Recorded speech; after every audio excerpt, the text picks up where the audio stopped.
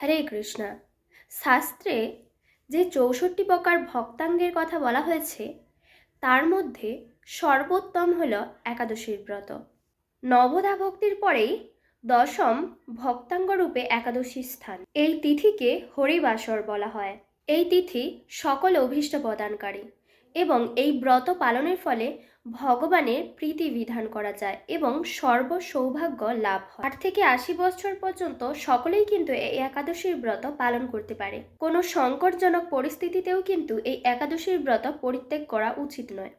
আবার একাদশীর দিন যদি শ্রাদ্ধ উপস্থিত হয় তবে কিন্তু ওই শ্রাদ্ধ পরের দিন করার কথা শাস্ত্রে বর্ণনা করা হয়েছে। অহংকারবশত কেউ যদি এই একাদশীর ব্রত ত্যাগ করে তাকে অশেষ যমযন্ত্রণা ভোগ করতে হয়।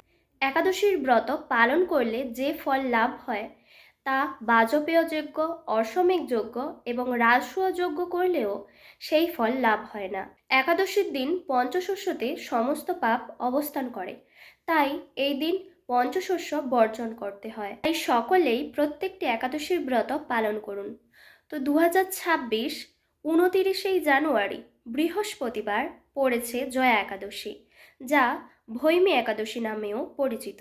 এই তিথি সর্বপাপ বিনাশিনী, সর্বশ্রেষ্ঠা, পবিত্রা ও মুক্তিপ্রদায়িনী।